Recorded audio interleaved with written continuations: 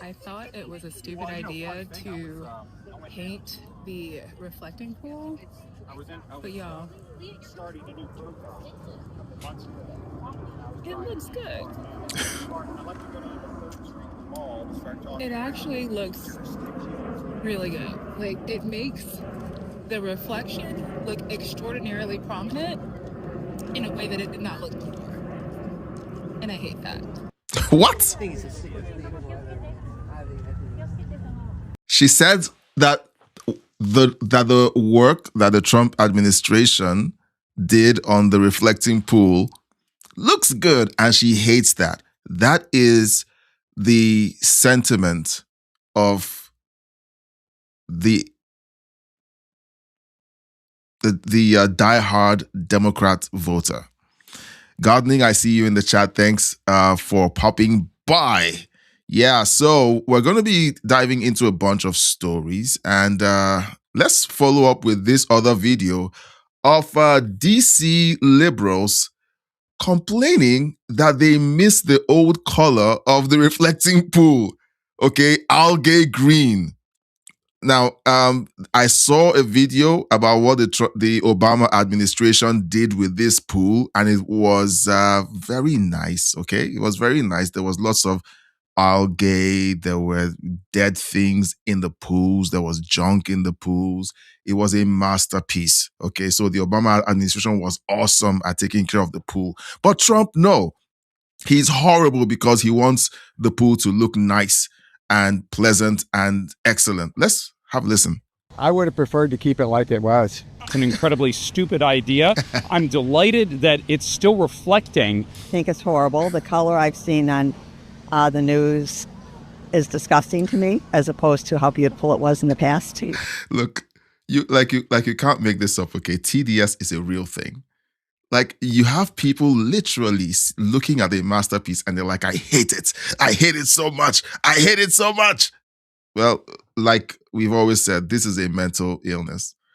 Now, speaking of mental illnesses, yeah, he's back.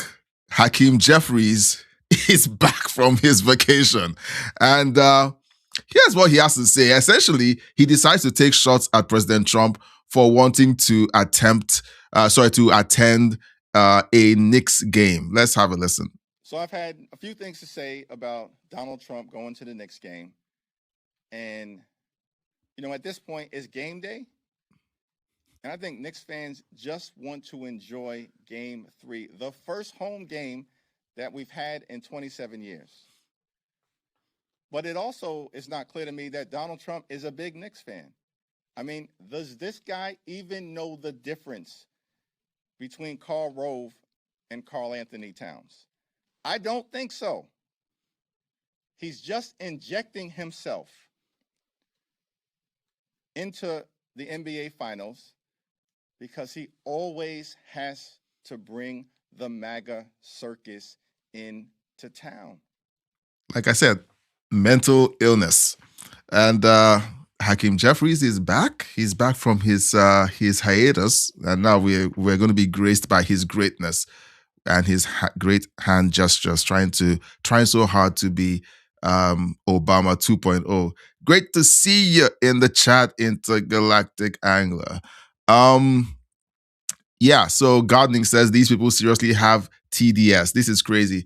Look, I don't know about you, okay? But when you have people saying things like this from who are Democrat voters and who essentially vote blue no matter who, here you have a Democrat voter voicing her support of Graham Plattner. And here's what she has to say. And look, let's just listen because I don't want to put words in her mouth. Toad and Coke tattoo, the Nazi tattoo. How do you kind of Toad and Coke tattoo, the Nazi tattoo? How do you kind of? Somebody said that they talked to somebody who had seen one of those or wore one of those, and it was silver, and it didn't even occur to him that it was the same thing. I think people are making as much of it as they can because they don't have a lot of substance around anything else. And if they did, we'd hear about it. Believe me, they are trolling for dirt. What if he had like a Israeli flag tattoo or something? Would that be a deal breaker? For me, Yeah, honestly, yeah. that would be Israeli, the deal breaker. yeah, because I don't support genocide, and he doesn't either. And that would show that he was being inconsistent.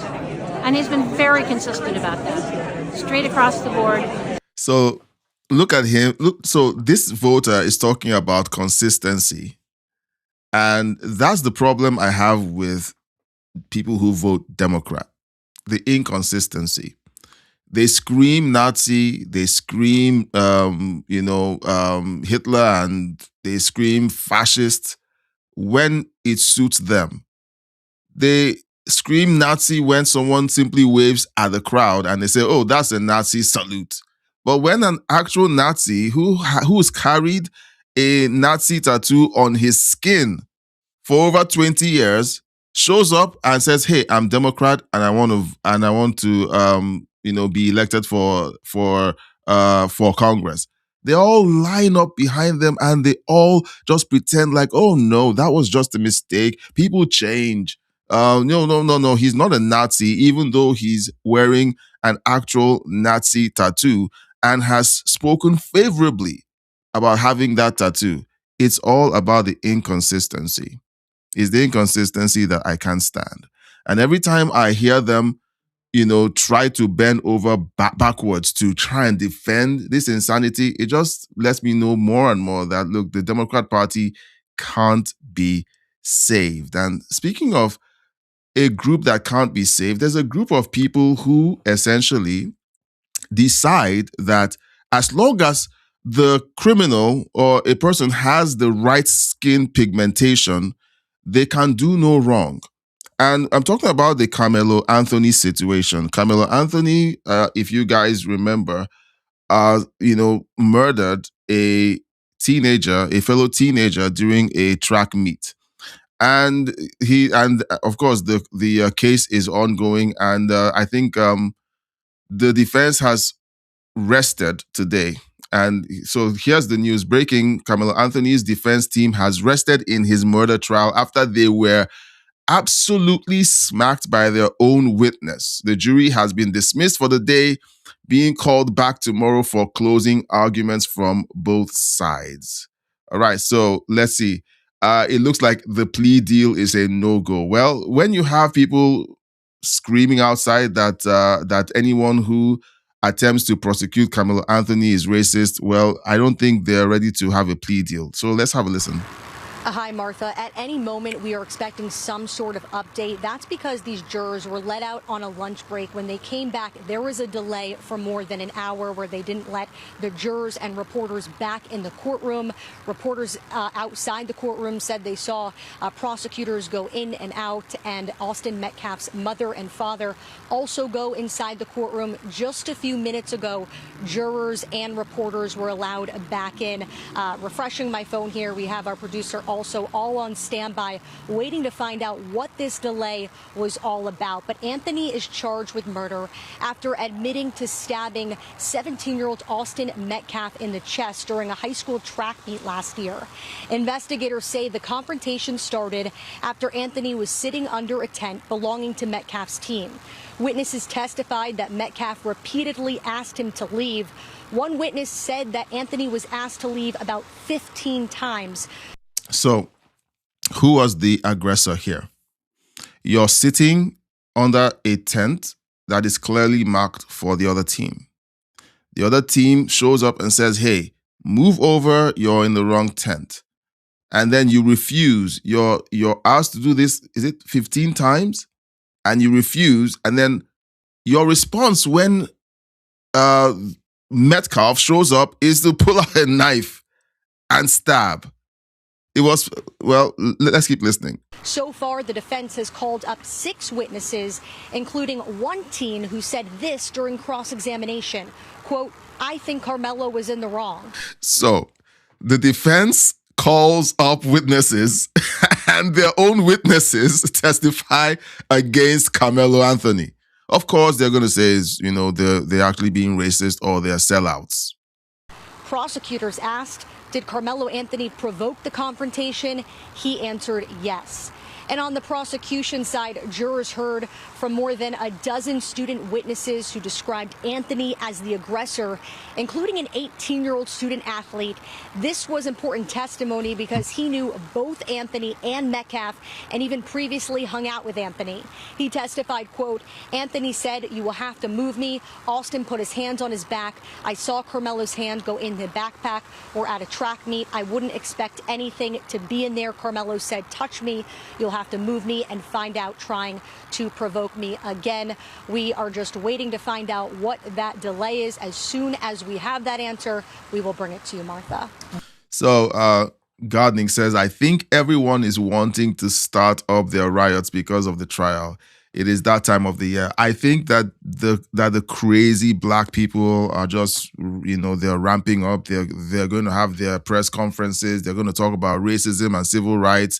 They're going to have black preachers who essentially, the way they handle themselves, know nothing about the Bible. So they're just preacher in name only.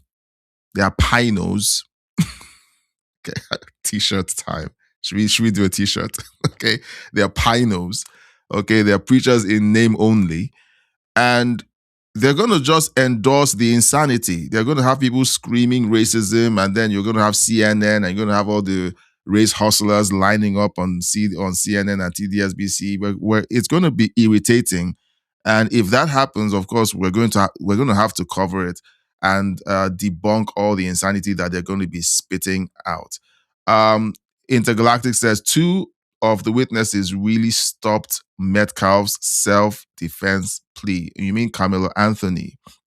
Carmelo's self-defense plea. They all called out the fact that he provoked the confrontation.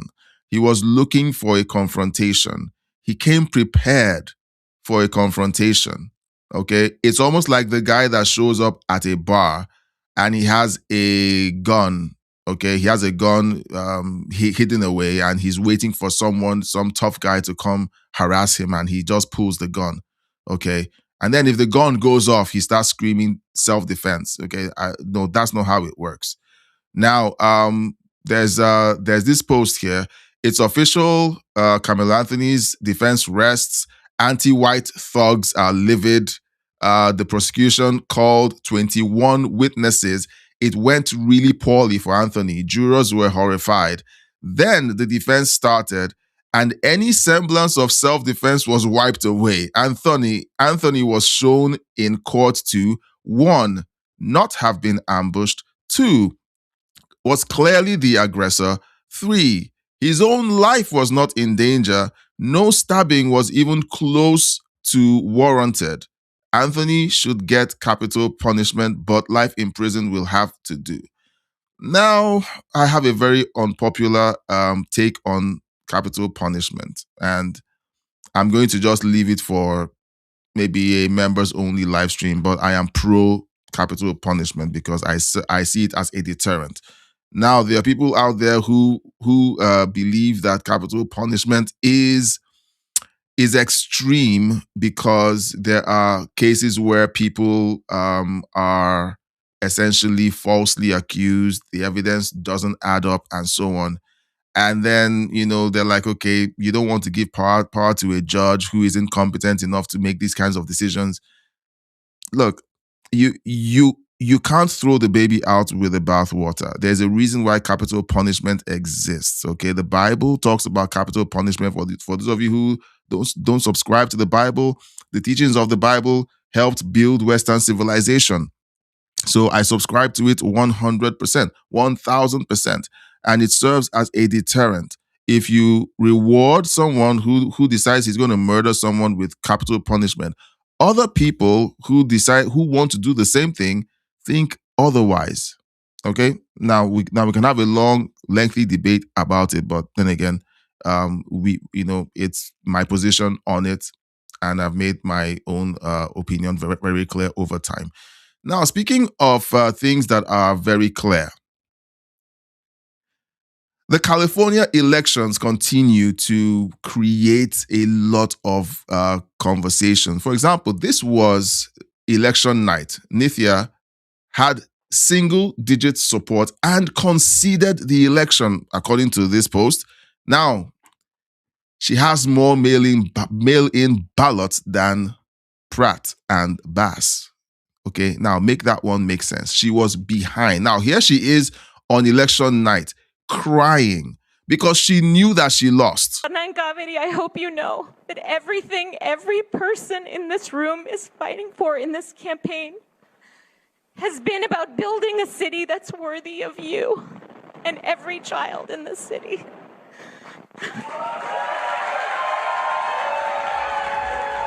So guys, she knew she lost. She knew she was behind. She knew that she would never be able to catch up. Okay? Now, everything that we found out so far is this. The Democrats have pulled another fast one. Another magical mail-in ballot dump drops in California. Okay? Coincidentally, pushing Nithya Raman past Spencer Pratt by 3,113 votes. So, let's have a listen. There has just been a jolt in the race for mayor of Los Angeles. Nithya Raman, a one-time Karen Bass ally turned adversary, has surged at the ballot box. Yeah, the stakes are high in this primary election. Millions of votes are still being processed as we speak. A lot of people have been critical that it has taken such a long time, but election officials and experts say the California vote is slower because mail-in ballots require a signature verification and other checks before the ballot can actually be counted. As you mentioned, some brand new results out of the mayoral race. Let's get to those right now. The gap between former reality star Spencer Pratt and council member Nithya Raman is narrowing, and Raman is now in the lead for second place by 3,100 votes. So, guys, let me know what you think. Is this legit or is there cheating involved? Raman says she's encouraged by the latest vote count and remains grateful for everyone who has powered through this campaign. After crying and essentially letting everyone know that she believes that she lost. Mayor Karen Bass, of course, is in first place at 34%. She sent out a statement within the hour calling out Raman for years of allowing encampments outside of schools, cutting police funding, and ignoring our film and TV industry. Longtime Democratic politician Javier Becerra won the top spot in the primary race for governor. He's at 27%. Another one, because Steve Hilton was leading the last time we checked. Okay. And then now he's second place. Second place as of this afternoon is Steve Hilton at 25%, and then Tom Steyer at 22%. President Trump made baseless and broad claims of mass fraud in California. So here's the thing. Okay. That's why I don't take these clowns seriously. She opens up the show by saying that many people have criticized California for their late counts and the fact that it takes too long to verify votes. And then she opens up this part of her report by attacking President Trump and saying that his claims are baseless. This is why I have zero respect for the mainstream media. Zero. California's drawn out vote count. There is no evidence of this. Along those lines, U.S. Attorney Bill Asaley says he's opening up multiple elections. The evidence is this. You have massive mail-in ballots. And then there's a report that came out over the weekend that California that claims that it doesn't allow for voter ID, allows people to use things like gym memberships, company IDs to identify themselves before they vote. California is election fraud central of the United States. At this point, look, whatever they say, whatever they try to say to smear Trump and anyone who calls out these elections, there was massive cheating during this election. The fact that people were allowed to use private company IDs means that there was fraud. Definitely there was fraud. Fraud investigations. He's raising concerns about universal vote by mail, the absence of voter ID requirements, and ballot harvesting, more commonly known as ballot collection. This is legal in California. It's when a voter allows another person to return their completed mail ballot. Political analyst Matt Klink says the race for governor is stable right now, but there's an interesting twist now in the mayor's race. Listen. Interesting. So that's their own way of saying this is out of the ordinary. But they don't want to say it's out of the ordinary. They want to use all the politically correct, non-triggering words. And interesting is the word that they chose to use. Nithya Raman surpassed Spencer Pratt today. She now leads by 3,113 votes. So that is the mainstream media glazing and massaging themselves and saying to themselves, oh, congratulations. Now, weeks before the vote count flipped, and I think most of us saw this video. This is Gavin Newsom, because they knew that Spencer Pratt and Steve Hilton were top contenders. They had an emotional and a factual argument to make for people to vote for them. And Gavin Newsom, during this press conference, essentially signals to us what, like, they were willing to cheat. Now, listen to what he says.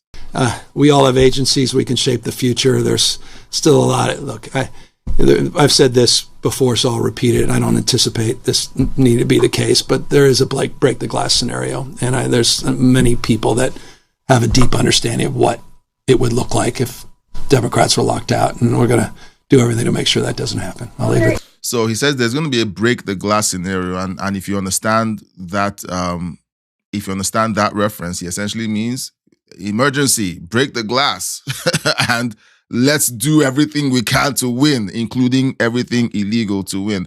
And of course, they're going to tell us, oh no, you can't be an election denier. Oh no. Well, the Democrats are great whenever you call them out on cheating, and then the likes of Nancy Pelosi essentially will say, "Oh no, you shouldn't be. There's no evidence that there's any cheating happening." But while they are saying that Trump and his administration are going to cheat for the midterms when there is no evidence, like they claim that Trump is going to cheat during the midterms, while claiming that there's no evidence that there's cheating in the California election. These guys are just funny. We always have concerns, but with this president and these Republicans who have no commitment to the rule of law and doing things the appropriate way, we're ready. There's so many things that you can do to protect the election, and they are being done, whether it's litigation or legislation or just mobilization, communication, all of that. But in addition to that, we have to be on guard as to what they may try to do to the technology. They may try to creep into the technology and create a false count. How do you guard against that? That's a challenge. So, again, the mainstream media never pushes back whenever they make these crazy claims. They facilitate the conversation. She doesn't ask, is there any evidence to this? She doesn't say there's no evidence. She just says, how do you guard against that? Validating the statement that Nancy Pelosi just made. These are it's crazy. And of course, you have Hakeem Jeffries denying that there's election fraud in California. Leader Jeffries, looking at the state of California, the state has rampant SNAP fraud, hospice fraud, immigration fraud. Are we really supposed to believe there's no election fraud in California? And if so, if there's no election fraud, then why would California Democrats refuse a federal audit? California is a great place to live. I appreciate the leadership of Governor Gavin Newsom, as well as, of course, the California delegation, which is a tremendous group of public servants. There is no election fraud in California. Donald Trump is making it up. He can't point to a shred of evidence to prove his point. This is all a conspiracy theory because Donald Trump knows in November he's going down in flames electorally, and Republicans are about to lose the House. So there's no election fraud, according to Timu Obama. Well, Intergalactic Wrangler is suggesting fingerprint, eyeball scan, and blood tests. They wouldn't even agree to basic voter ID. And speaking of voter ID, Stephen A. Smith was stunned when California Representative Kevin Keeley, I don't know how that's pronounced, informs him his state bans voter ID requirements. Don't have voter ID in places like California is extremely unusual in democracies across the globe. There's maybe like 2 or 3 democracies in the world that don't have it. This is just kind of like a standard administrative requirement in a well-functioning democracy. So I think we should just have it. We should get this over. We should move on with our lives. It shouldn't be a big controversial issue. Excuse me for being so ignorant, asking last question. This is definitely my last question. What do you mean you don't have voter ID in California? Could you please elaborate specifically on that for my audience that may not know? Yeah, California does not have voter ID. You don't need to present it to register. You don't need to present it to vote. As a matter of fact, the state passed a law forbidding voter ID. Cities, counties, if they forbidding want ID. Now, I don't believe Stephen A. Smith doesn't know this. I don't believe he doesn't know this. I know this. Okay, I know this, and I don't even. Anyway, let's keep going. They're not allowed to under state law. What? When did that happen?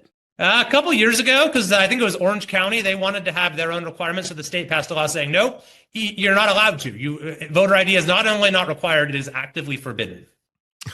Well, that's right. That's it right there. That's why the SAVE Act been proposed. Right there, the state of California. That's what the Republicans going to lean on as an excuse to definitely push forth the SAVE Act. Right there. Right there. Well, the SAVE Act failed, I guess. So, I mean, but somehow, do you think that the bill will be resurrected? Let me know in the chat. I can't believe it. I didn't even know that, sir. I'm embarrassed to admit. There's a lot of crazy things going on in California. Yep, you got that right. There's a lot of crazy things going on in California.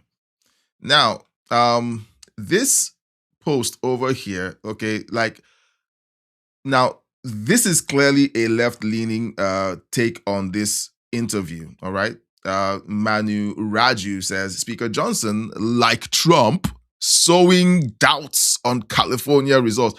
They don't have to sow doubts. If you have 2 eyes and a functional brain, you can see that there was cheating going on. All right? So let's have a listen. So does the tip of the iceberg. Speaking of fraud, the president keeps saying that there's election fraud in the California mayoral's race. What evidence is there to prove that? You tell me, Manu. They are counting votes weeks after the election. We have entire nations with huge populations like India that can count their votes in 24 to 48 hours. You're saying it's rigged like the president? I'm not saying it's rigged. I'm saying it stinks to high. You see, these guys are not interested in facts. They're not interested in facts. They're interested in spin. They're interested in lies and the narrative. Heaven, and everybody knows that. Let's remove the appearance of impropriety. Let's have what a concept. Let's have votes on an election the day of the election. That's what many states are able to do. I think California is playing around with this. But what evidence is there to prove that there was rigged? Look, some of these efforts are so diabolical and so far upstream it is impossible to prove. But I think everybody knows instinctively something is wrong. Yep. Here. And that's a concern. We need people to believe in the integrity of our election system. It is critical to maintain a constitutional republic. We're going to keep working to pass the Save America Act because it requires, as you know, proof of citizenship and a photo ID to vote. Those are also 90% plus issues in public opinion, and 70% of Democrats understand that's necessary. Aren't you all just saying that because you've lost the election because the Republicans did not win? This is why you're hearing that? I'm saying that every leader of all parties should demand election integrity. And if somebody is opposing that, you should look at their motives. That's what I'm... This is crazy. So he's... Anyway, let's keep moving. All right, because we have a lot to cover. Now, CNN, I said weeks ago that I stopped valuing polls. And for some months now, for about 6 to 8 months, Harry Enton of CNN has been like touted as the guy. He's a numbers guy. He's showing that, the numbers are going up. Trump is leading. Oh, the Democrats are falling flat on their faces. Trump is surging. And I said to you guys, and I've said it repeatedly, polls have been weaponized against us because we trust numbers. We trust polls. And whenever they use these polls to engineer our reaction to certain things. Now, here's CNN. Okay, CNN's Harry Enton fumes that people are accusing Democrats of fraud after Nithya Raman surged to second place in the LA mayoral race ahead of Pratt. Let's listen to this video. The president says that it's rigged somehow. It's not. This is just the way they do it. But the thing is... So.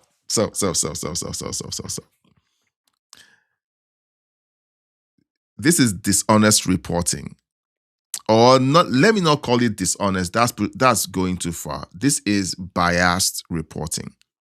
Because they said, oh, so-and-so said something, and then they run cover for the people who are being accused. Oh, but it's not like the president is accusing CNN of rigging the elections.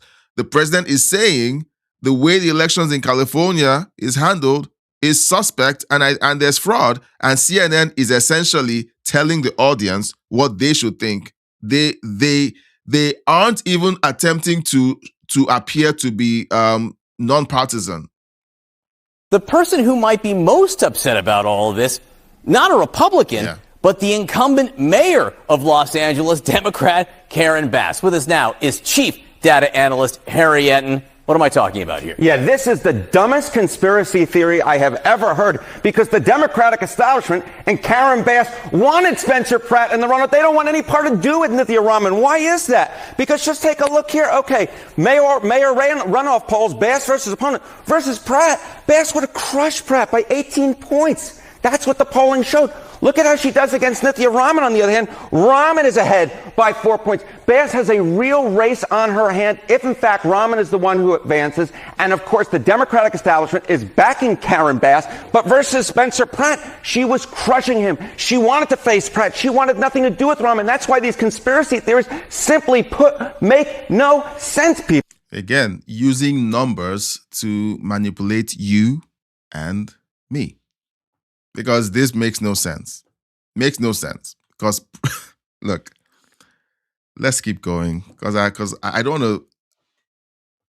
We all saw how Pratt was surging. He was surging higher than Nithya. So how does that number make any sense, guys? Okay, you and I can do the math. Okay, there was Karen Bass, there was Spencer Pratt, and there was Raman Nithya. She was always the lag because she didn't have a strong case. She didn't have a strong campaign manifesto.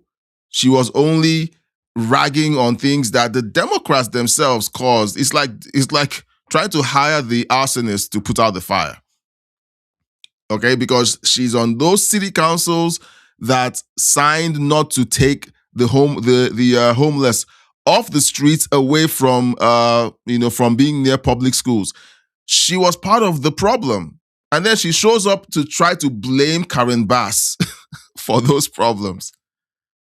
So I don't trust CNN. I don't trust Harry Enton. Sorry, it was fun to watch him do his gymnastics while showing us the polls about how things are going with Democrats and Trump and everything. But like I said, don't trust these guys.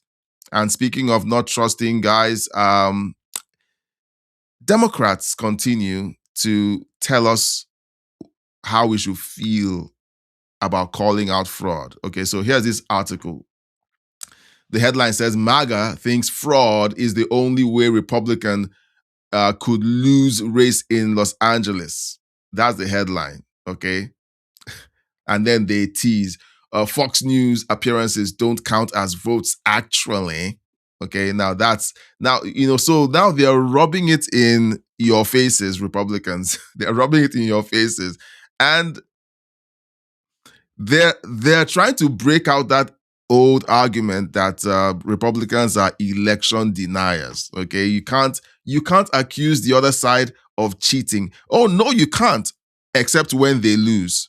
Okay, like Hillary Clinton. Okay, after she lost the election handily in 2016. I believe he knows he's an illegitimate president. He knows that there were a bunch of different reasons why the election. This was 3 years after the election, and she was whining. She's still whining today about that election. She's so butthurt about the 2016 election.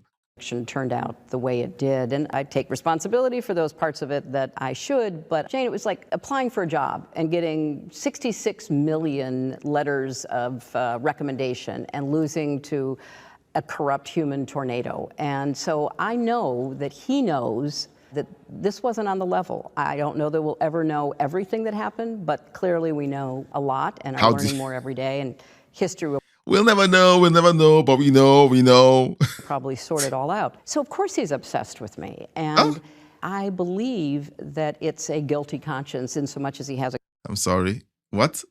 You're the one who can't stop talking about him. You've been talking about him for over 10 years. And you can't get over it. And then here's this... and again, Democrats are the ones who are the first to jump up to scream, oh, something went wrong, because they lost. Here they are once again. I don't see this president-elect as a legitimate president. You do not consider him a legitimate president. Why is that? The Democrats, guys, the Democrats. The people who want you to believe that it is a democracy. Okay, we are a democracy. But when something happens democratically, they don't want to have anything to do with it. Oh, he's illegitimate. I think the Russians participated in helping this man get elected. Mm-hmm. You think? And they helped destroy the candidacy of Hillary Clinton. Okay, so I'm going to ask you, do you think the reporter is going to push back to ask him? This is on Meet the Press, guys. Do you think this reporter is going to push back like Kristen Welker pushed back on President Trump during his own interview where he made statements about the California election? Will he get pushback? Let's listen to see if that happens. I don't plan to attend inauguration. It will be the first one that I miss since I've been in the Congress.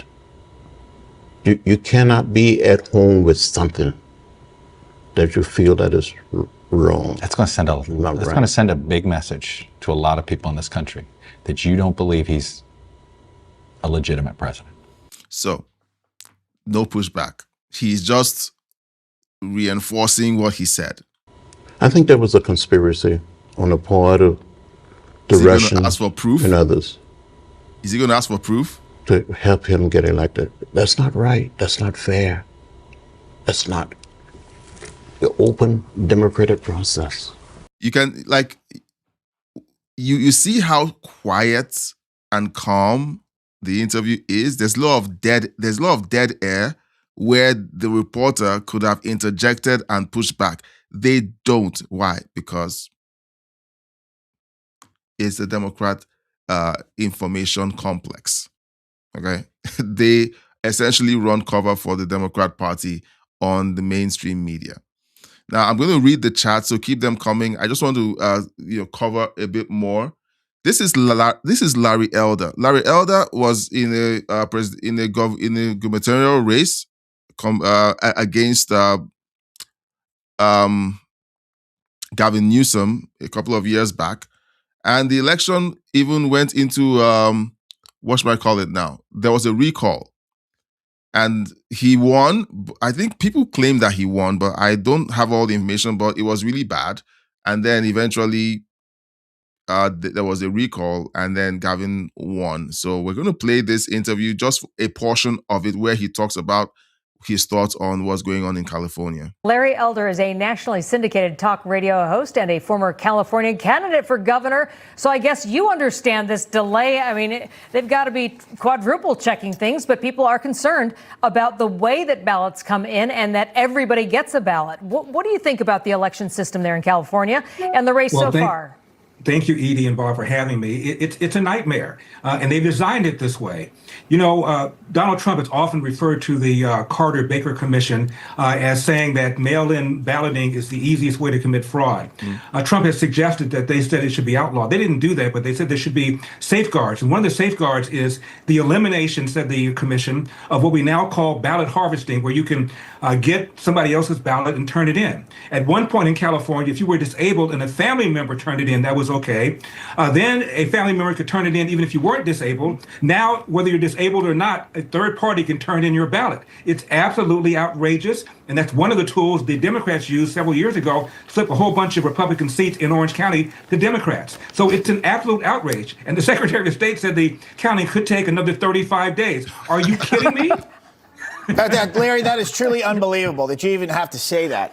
35 days. Well, I mean, I don't even get it here, what we're even talking about. Now, when it comes to the actual election, for Governor Steve Hilton, L.A. Mayor Spencer Pratt, I keep looking online. Their margin, it's kind of shrinking down. Some of the other Democrats, they're gaining a little bit of ground as we go each day. Are you worried about them getting through? Of course I am, but I don't think that the gap can be. So this interview was conducted before the final results emerge. Of course, anyway, let's just listen and then I'll pause, read the chat, and then we'll engage. Shrunk so much that I think Hilton's going to be boxed out or Pratt's going to be boxed out, but it is possible. Look, even if Hilton and Pratt make it to the general, the question is whether or not the voters will stop voting routinely for the Democrat Party. L.A. has not elected a Republican mayor since 1997. That's 30 years. And statewide, no Republican has won office, no matter what it is statewide, in 20 years. The question is, as Spencer Pratt says, what about these zombie homeless people that are defecating and pooping? What about the zombie voters that step around the poop and the urine and pull that lever routinely for the Democrat Party? Highest unemployment in the nation, highest gas prices in the nation, highest state income tax in the nation, highest gas tax in the nation, twice that of the national average for a home price. I can go on and on and on. The question is, when are Californians going to say we've had enough? We're fed up. And the answer to that, we don't know. Is part of that possibly because the people who, have the ability to are moving out? I mean, you see the needles on the street, you see the garbage on the street, you see the people, as you said, defecate. I was about to say that with all of the capital flight happening with California, with people leaving and going to Florida and Texas, most of the people who would vote for the Republican Party are leaving. And I think with this, if Spencer Pratt, well, basically he's lost the election. He's not going to be competing in the runoffs in November. Steve Hilton, I don't think they're going to let him win. I don't think so. I'm not black-pilled. I'm not a doom and gloom or a naysayer. You guys know I'm very optimistic. Okay. But looking at the board, and the way the Democrats are handling things in California, they are not going to let a Republican become governor. They've organized the system in such a way that will never happen. Okay, so let me know if you think so. Intergalactic said a few days back, he said California is lost, and I kind of was trying to play the middle guy saying, oh, maybe not. Or I wasn't so sold on it because I hadn't seen the most recent count. But seeing what's going on and watching the interview with Trump yesterday, I think California essentially is lost. And for socialist-run states like California, I think what they're banking on is the rest of the country bankrolling the insanity that they continue to sponsor and promote. So they get a forest fire when they should have been cleaning up the floor of the forest and make sure that the water reserves are filled and competent fire marshals are hired and so on. They don't do any of that. And then when devastation hits the state or the city, what do they do? Oh, daddy federal government, you guys owe us money because we can't run our state properly. And then when Trump says, no, I'm not going to give you money because you guys deliberately allow this to happen, they say, oh no, it's political. It's political. He hates us. That's why he doesn't want to help out. They depend on the largesse of the federal government. They depend on taxpayer money because they don't respect taxpayers. Because taxpayers continue to vote them in. Taxpayers continue to let them do what they're doing. Okay? And speaking of, well, you know what? I'm going to just power through and then we'll read the chats because speaking of people who do not respect the taxpayers, that you have California on one end and then you have New York on the other end. Okay, 2 huge blue states, blue cities that do everything they can to destroy everything that, those who came before them built, and they just don't care. Kathy Hochul says Tom Homan is lying about sending ICE agents to New York City following Trump's comments to her. Fix while we're walking and talking, Jason. Let's just, everyone give us some space. If everyone can block up a couple feet. Can we ask you about Tom Homan's threat to send ICE? Hang on. Can we ask you about Tom Homan's threat made on Fox News? Yes, you can ask me about that. He said that they'll be coming. Is he lying? He's going in a different direction than what the president said he wanted to have happen. So I think it's more he's going to take that up with President Trump. President Trump told me to my face in a room full of governors that when he was asked about the lessons of Minneapolis, Mr. President, what are the lessons of Minneapolis? And he says, we're not going where we're not welcome. And he looked over at me, as the governor of the state of New York at this meeting, and he says, for example, I will not go to New York unless Kathy asks. And I said, I'm not asking, so we're good. I'm not asking now. That'll never happen because they saw what happened in Minneapolis.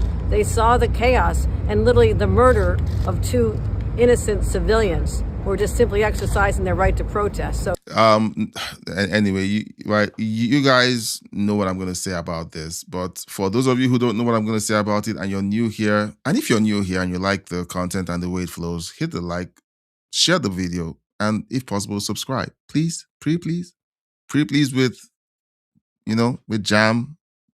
All right, now. What am I going to say about this? The Democrats essentially provoked all of those confrontations. They stoked the fires. Paid protesters came up. They had people like Renee Good showing up and obstructing ICE officers.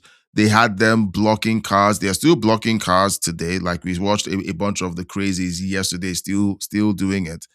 And they continue to support this insanity, and they have framed the killing. It's not murder; it's the killing of Good and Preddy as the ICE agents murdered them.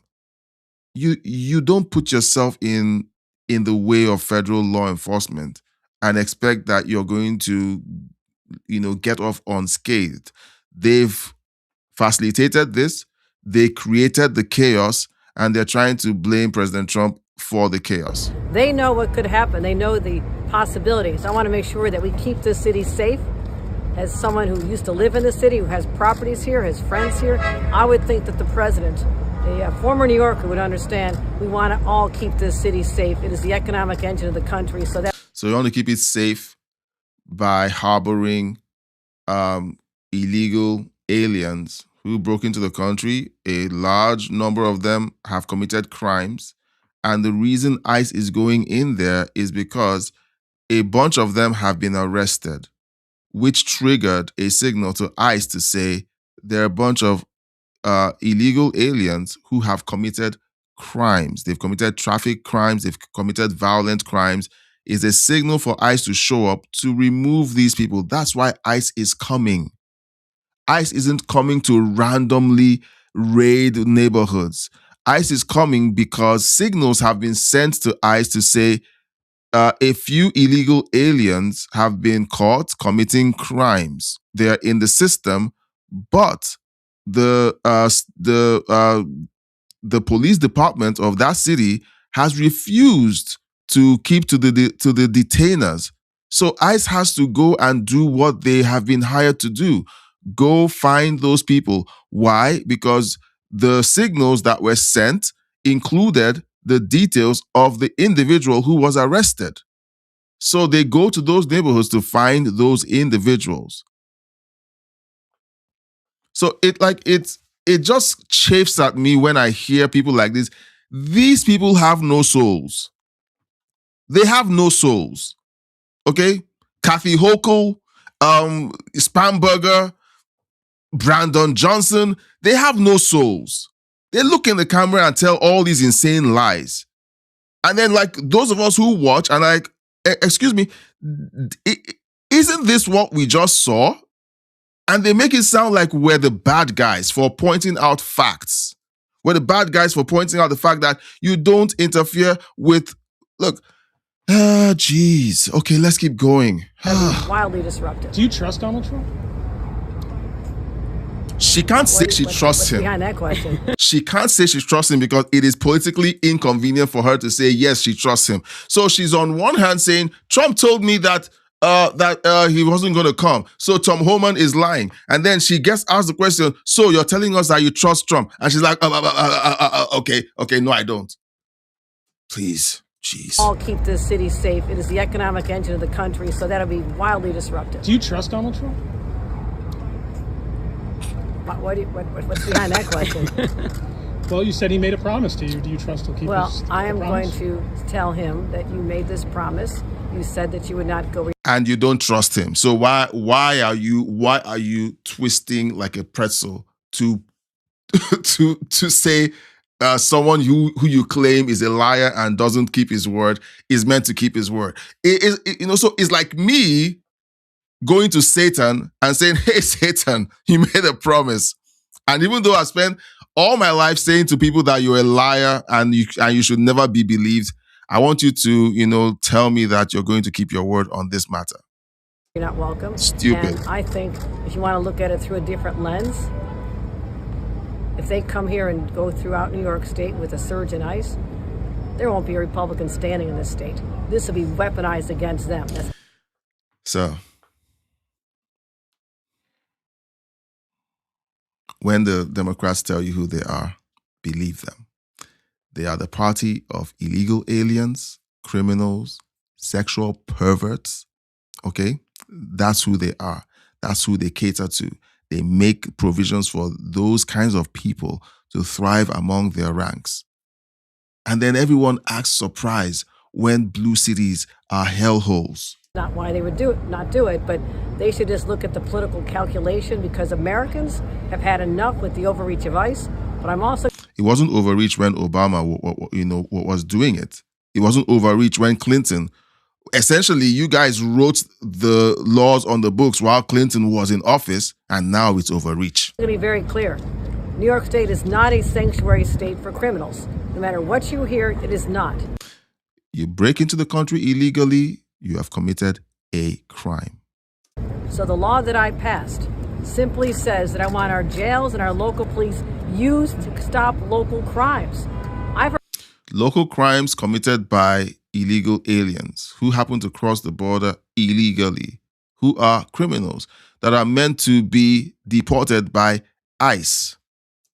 A right to protect every single New Yorker. That's how I spent $3 billion to protect New Yorkers. ICE, go ahead and do your job if you want. Go do your job somewhere else. But in New York, a local police need to be focused on local crimes and not filling up our jails with people who ICE has taken off our streets, out of our schools, out of our pizzerias, out of our homes, and I'm not going to be part of that. So we'll help you with the criminals, always have, always will, but we're not going to be helping with civil immigration enforcement. I think that's a common sense approach. All right, so for those of you who have been feeding off the tits of TDSBC, like the way I said that right now, I just feel dirty saying it. So, get what I'm saying? Here's the cliff notes. Governors and mayors like her say, we're going to help you with the criminals. The criminal gets into the jail an ICE detainer is sent to the police force to detain that person so that ICE can come to the jail to arrest this illegal alien who has committed a crime. The mayor or the governor says, ooh, this is a bad look. It's going to make us look like we're cooperating with Trump and we're going to, get a hit from the voters. And so what do? Let the criminal out so that he goes back into the general population, and then they let him out. ICE shows up and says, where's the guy that was supposed to be in the jail cell? Oh, we let him out. We don't want to cooperate with you guys. ICE then has to go to the address on file to arrest the guy who was recently in jail for a violent crime. And then she stands in front of the camera to say, oh, they are sowing fear and chaos in communities. Guys, there is a heaven and there's a hell. That's all I'm going to say about that. Now, here's Tom Homan making that statement that she spent the last few minutes just crashing out over. So New York is saying abolish ICE and zero cooperation. The governor and mayor teaming up to make sure that with the progress you were making with Eric Adams is going to just disappear. So what's going to be your approach to New York? You're going to stay away now? No, I don't keep my promise to Governor Hochul. I met with Governor Hochul a couple months ago. I explained to her how we dealt with Minnesota, right? If we can work with the sheriffs and arrest a bad guy in the safety and security of the jail, that means less teams into the neighborhoods, which causes a lot of panic, a lot of problems, right?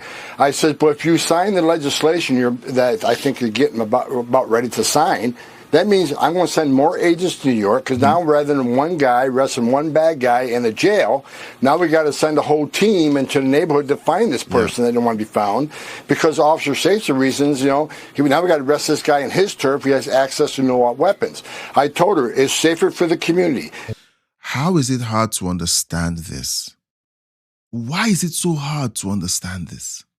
It's safer for the officers. It's safer for the aliens to have these cooperations with the jails. She signed the legislation anyways. So I made her a promise. You're going to see more ICE agents you ever seen in New York City, and it's coming. I just reviewed an operational plan. I'm not going to tell you exactly when it's going to happen, but it's coming. I'm keeping my promise. We're going to send more ICE agents to New York because you took away the efficiencies of safe arrests in county jails. Guys, like I said, there is a heaven, there's a hell. Like when I look at the world and I see all the insanity and the chaos and the lies, I can't stand the lies and the lies. And the fact that, most of us wish that there was something that a president like Trump could do to just go ham on these people. But it will be against the Constitution. It will truly be against the Constitution. And so those of us who love the Constitution, love the rule of law, have to bear with the fact that these people have learned how to use the Constitution against us. They know the guardrails of the Constitution, and they know how to glide along those guardrails so that you can't essentially punish the crimes they are committing. All right, so let's jump into the chat. All right. Geez, I'm so upset. Gardening says, now going back to the other video, do you think the evidence showing the truth about these elections will ever come out? Will the media ever cover the truth if presented? No. The evidence about the 2020 elections has been out there.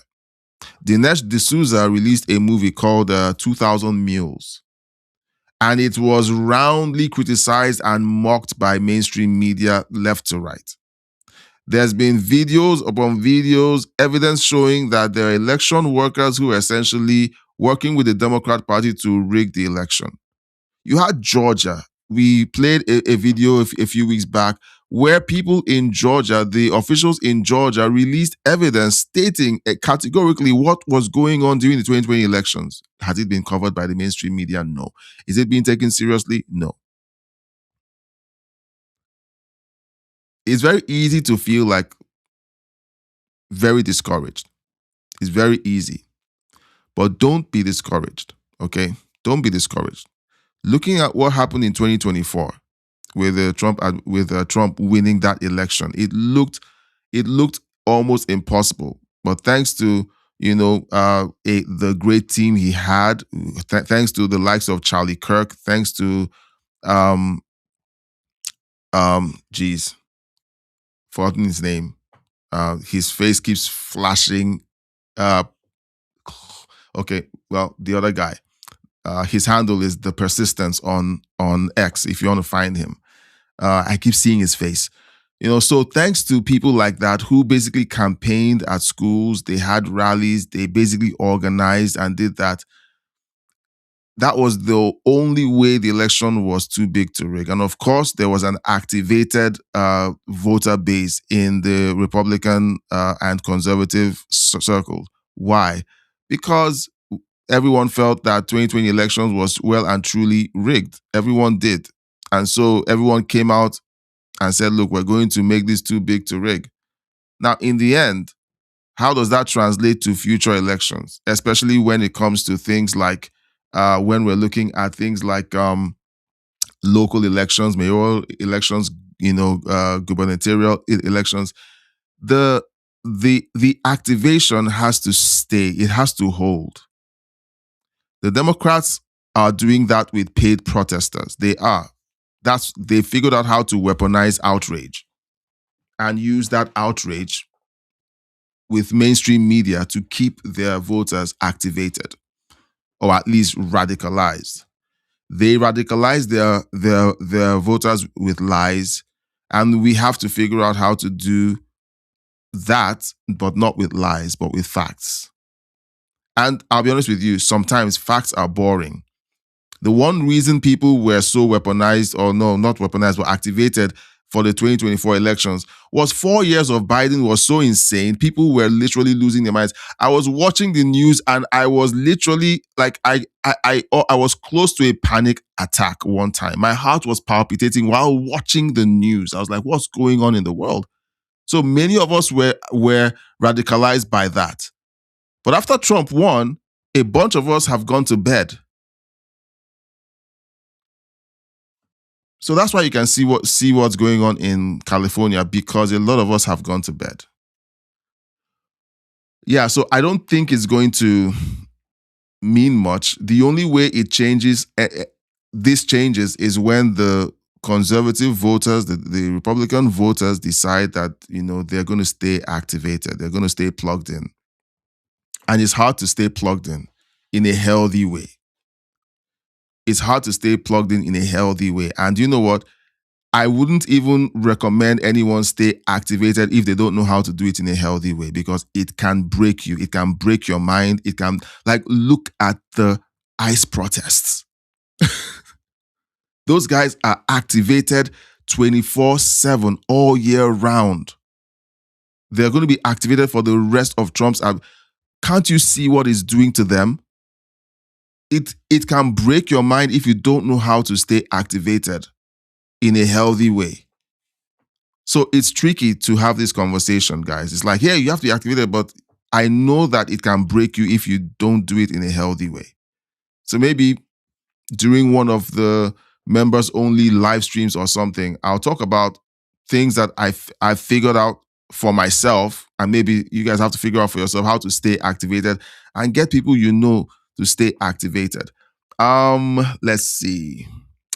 Intergalactic Wrangler says Hillary is the original denier. Yes, she is. Meanwhile, the Democrats want to pretend like President Trump committed such a horrible crime for calling out the insanity of the 2020 elections. They want to attack us. In the past, and you know what? Do you know that YouTube has put a kind of limit on the 24/7 live stream? And I'm looking at the live stream and I'm like, I'm very careful with the video. Why are my videos? Why is this live stream being restricted by YouTube? Okay, and I think it's because of things like this, saying things like, "Oh, 2020 election," and so on. They are still actively censoring us, guys. They are, but they're doing it in a very chill way. Okay, but when censorship comes back, I hope we're ready. I hope we're ready. Okay, I hope we're ready when it comes, because if the Democrats take the White House again and the House and Senate, it's coming back in full force. Intergalactic Wrangler says Tom Homan has got common sense. I agree. And, he's been talking about this for a long time. Before he even started leading ICE, he said he had reached out to these blue cities and states, and they actively told him we're not going to cooperate. That was before he took over. And so seeing the chaos that the Democrats have unleashed on their own cities and try to blame Trump for it is just insane. Intergalactic Wrangler says they twist the truth to fit the narrative they are trying to push. That is true. And we catch them every single time, and then they hate it when we do that. They want us to be as stupid as the people who believe them. Gardening says, were you talking about Scott Pressler? Yes, I was talking about Scott Pressler. Thank you, Gardening. I was. Thank you for reminding me. Okay, let me read the rest. He's done so much for our country. He has. And,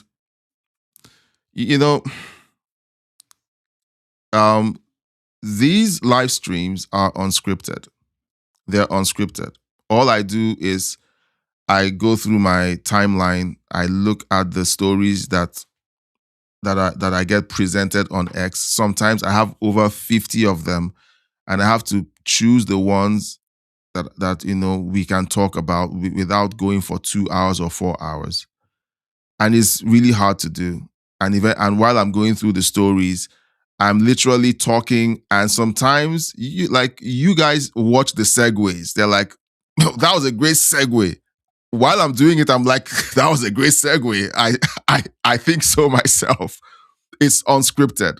So I don't have these things scripted because we're having a conversation. You and I, we're having a conversation, and we're looking through these stories, and we're just talking. And you know what? That is, we have that connection to the stories because we can see that everything is connected. We can see that the craziness of leftists hating the fact that Trump is fixing things around the country is directly connected to the craziness of Democrat leadership, essentially refusing to cooperate with ICE, refusing to fix the election so that they can continue to cheat. It's all connected. So it's tiring. It's exhausting. It's like whack-a-mole. You think you've got this, and then they pop up somewhere else with a crazy. Hakeem Jeffries he disappeared for a month. I was like, it's a relief that we don't get to hear. Oh, come on, he's back on the news again. So we thought that he had learned his lesson and he had gone away. It turned out that he was on holiday. So we get to to watch him say crazy things, and we get to report it and talk about it. All right, guys, it's been great. So like I said yesterday, we're going to be pushing most of the personal updates into the membership live streams. I was thinking of doing something tonight, but there's an update that's developing that I can only share by tomorrow. Hopefully, I get clearer news. All right. It looks like good news, but I'm holding my breath. So I'm going to be sharing that with you guys tomorrow. And I'm going to be figuring out how we're going to do the members only live streams, because I was thinking, hey, let's do a members only live stream tonight. But it's late. It's 10:08 Eastern. And I do want to respect your time. And I know you guys love me, and I love you guys too. But I don't want to push it. I don't want to, go too far with, and I don't want to overstay my welcome. I know you guys love me. I know you guys like the sound of my voice. I see a bunch of you jumping into the 24-hour live stream and listening in the background. Okay. But I want to keep this short and sweet. So what we'll do is tomorrow, once we have the update, we're going to have our very first members only live stream. The only thing is I might want to do it earlier in the day. I might want to do it maybe an hour before the main live stream, or sometime earlier in the day, like late afternoon. Okay, so let me do a quick poll. Okay, quick poll. I'm going to do a quick poll, and guys, please don't go. Please don't go. A bunch of you don't like to chat. Chat. Okay, you don't want to chat, and I get it. So what I'm going to ask you to do is hit yes or no. All right. Oh, geez, this is going to be crazy. I have should we do? I'm trying to think of something. Should we do a lunchtime members only live stream, or should we do a 4 p.m. members only live stream? Now, because most of the people here don't like to chat, I don't know why. I'm going to ask you to just hit the poll. The poll is up. All right, it's up on the live stream channel. So hit a yes or a no. Hit a yes or no to say yes for 4 p.m., no for, gosh, this is confusing. Type yes for, hit yes for 12 noon for lunchtime, and no for 4 p.m. Okay, I just want to do that very quickly. I don't want to keep you guys too long. I want to give you guys an update on the whole thing about, traveling and everything. I want to, get you guys all caught up, with that. And I want to do it, like I said yesterday, using the members only live stream. Eastern. I'm talking about Eastern. It's either 12 noon Eastern or 4 p.m. Eastern. So I'm thinking that so right now is 9 to 11 p.m. Central Time. Okay. The Twilight Zone. Yeah, so I would like you guys to just let me know because I want to know when the best time is to kind of do these members only. Currently, we're live streaming every day. And if I'm going to do a members only, I don't want to pop in a members only. Okay, so here's the thing. I'm going to look at so yes for lunchtime. I'm seeing a 100% yes for lunchtime. Let's see if more of you want it to happen at lunchtime. So there's some good news. That is, it looks good, it feels good, but I'm going to tell you during the members only live stream. Yeah. So Gardening says, we love you too. Look, I am humbled. I am humbled that you guys take the time to hang out with me, watch the content, and chat. The reason why I'm doing the live stream is the engagement, to talk with you guys. And it's so fulfilling to watch you guys even talk among yourselves. I love seeing it. I love watching it. Sometimes I want to get in on it, but I know it's mostly just for the chat, and I love it when that happens. So I love you guys, and I'm looking forward to seeing the big things that we can do together. I wouldn't say that we're here to save Western civilization. We're here to, first of all, save our families. We start with saving our families, our homes, our streets. We focus on that. And then, who knows, maybe our cities, then our countries, or our states and our countries. So we're just starting with what's in front of our eyes. So I'm so happy to hang out with you guys. Let's see. I'm home all day long, so I can do whenever. Okay, yeah. And you guys have phones in your pockets. You can always pop it into your ears, and then I can talk. Okay. So already we are all saying yes for lunchtime. Okay, so here's what I'm going to do. So far, the polls are saying lunchtime. So what I'm going to do is I'm going to send a members only post on YouTube to say, hey, I'm confirming that we're going to be doing this at lunchtime. Okay, and then I'll put the link to the live stream, on the message for everyone to have. Now, it's not going to be visible to everyone, so it's just going to be visible to just the members. We're going to be talking about the update, the news, and then maybe do like a an Ask Me Anything segment, because it's my first members only live stream.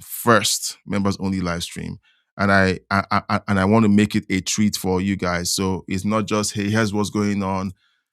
You can do an Ask Me Anything. You can pop in a news story that's coming in. Like, it's more like a buffet, and we're going to just do it for maybe half an hour. Okay, we're going to make it short and sweet. So I would like to have all of you in there. I want to share what's going on with you, and there's a lot that's going on. There's a lot going on right now, and it's exciting but exhausting at the same time. So I would like to carry you guys along, and I want you to be a part of this journey as much as I can, bring you along for it. All right, guys. So it's going to be 12 noon Eastern, based on what I can see in the poll. All right. Thank you guys for hanging out. It's been amazing, fun as always. I hope you guys enjoy this format. We've been doing this format for the last couple of weeks, like this format of presentation of the live stream. If you watch the older live streams, you see that there's been a pivot. All right. So I want you guys to just give me feedback on this version of the live stream. Intergalactic Wrangler has been with me from way last year, I think September or so of last year. So he'll be able to tell everyone if the flavor has changed and what it's like. But I'm looking forward to hearing from you. Again, I'm going to let you guys know, if you want to reach out to me, send me stories. If you want to just connect, the email address is on the screen, crossroadsirl@gmail.com. Send your feedback to crossroadsirl@gmail.com. If there are stories that are developing and you think, hey, let's talk about this during the next live stream, send it to crossroadsirl@gmail.com. We have a membership portal, and it's called crossroadsirl.com. I created it because censorship is coming back. It will. It might not be tomorrow, might not be after the 2028 elections. It will come back in one form or the other. So I created that so that we could have that as a hedge against censorship when it comes and people get deplatformed. I want us to have that as a safe haven where we can stay connected. So I just felt I haven't been talking about it, but since I mentioned censorship, I'm like, hey, I haven't been talking about this as much as I should. And I decided to just pop it in tonight. All right, guys, you guys are amazing. I love you guys. I'm gonna keep praying for you guys, and I know you guys pray for me, and you love me so much. And thank you so much for all the support. Intergalactic Wrangler says, you're doing great, mate. Keep it up.